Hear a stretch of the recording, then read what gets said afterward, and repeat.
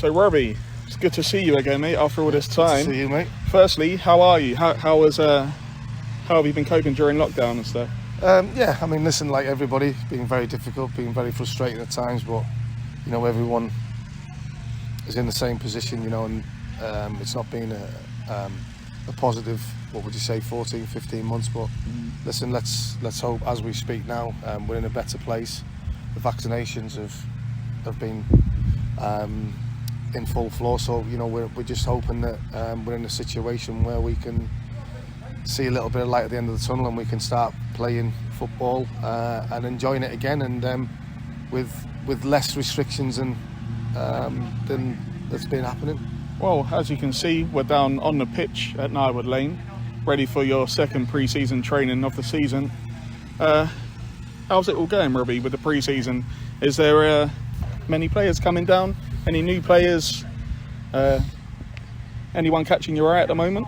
Yeah, you know what, we having such a long time off, we wanted to get the players back in June, but it was just more of a casual sort of training sessions where, you know, we're not going to be breaking the bank with them, because obviously the 3rd of July is the main pre-season official day, but we just wanted to, because the lads have had that much time off, we just wanted to bring them in for a little bit of enjoyment, get the ball moving, get their feet moving. But I've got to say, seeing the players visually, they're all in great shape, and you know, it genuinely just felt as though we'd had a full, uninterrupted full year, and the lads were away with it. So great credit to the players, even the trialists who came in, great credit to them for the shape they were in, and you know, we're really positive about the coming season. So we just looking forward to keep adding one or two every now and then, and hopefully we can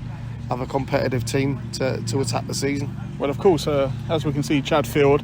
How's Chad's recovery coming on? Unbelievable, mate. I did ring him in the week and say, it looks like you haven't been away, Chad. So great credit to him. It's been a really frustrating time for him. He looks in better shape than he was when he got injured, and I don't mean that disrespectful. So he's obviously worked extremely hard, and I think he's in a good place, and he's going to be like a new signing for us. So it's great to have Chad back. Definitely. Well, a couple of players that aren't here is Tommy Lee and Bradley Leveridge. Of course, Tommy Lee possibly, well, it's not 100% done yet, but going to Accrington Stanley. How much of a coup is that for Bognor, showing that our youngsters, it happened to Ethan Robert, happened to Tommy Block with Hibernian and Brentford respectively? How good is that for Bognor, for people to see how they play football, for players to go and progress to Football League clubs? Absolutely. I think it's it's a great coup, obviously, and it's great for the publicity and for the football club alone, because I think it goes to show that we're probably doing the right things with these young lads, and we're trying to educate them, trying to improve them, make them better. And I think that's shown with obviously the interest we've had from higher clubs. So long may that continue, and we're happy with how we work things here, and of course you want to be successful as well with it. So if we can get that right blend, we've got a chance. Yeah.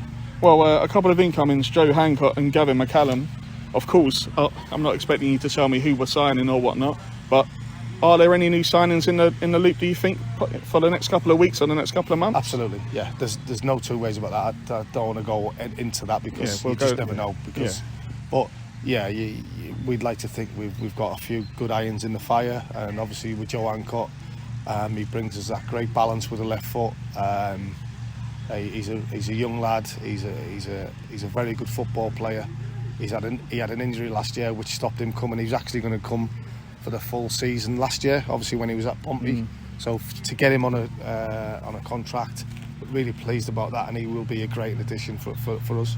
Well, as we're on the pitch, how good's the ground looking, Robbie? Like, I've come down here a few times during the lockdown just to help out and stuff, but you just look around and it's literally looking amazing, isn't it, mate? Yeah, it looks absolutely fabulous, and there's so many people we've got to thank, and be really fortunate that these are supporters of our football club, because what they do, even when we had that GoFund thing and everything like that, which was obviously a long time ago, just have continued that spirit, continued that help on, and it's down to them that why the ground is looking amazing as it is, and yeah, it looks like a proper football club. Well, of course, it was a quick catch-up today, but I'll get a better catch-up with you like in the pre-season, probably July-ish. Yeah. But lastly, who's your tip for the Euros, Robbie? Who's my tip for the Euros? Well, it's an easy option to say France, because I think they've genuinely got the best squad. But I really do think that if England, obviously, if they do qualify through the group, which I think they will comfortably, they then play, obviously, either the winners or the runners-up of Germany, probably Germany, Portugal and France. So I think if they get through that tie against them teams, that means they'll play the other team probably in the final or look to play. So yeah, I do think France are probably my tip, but I wouldn't be surprised if England do very well. Robbie, it's been a pleasure again, and I'll catch up with you soon, mate. Cheers, Pete. Top man, mate.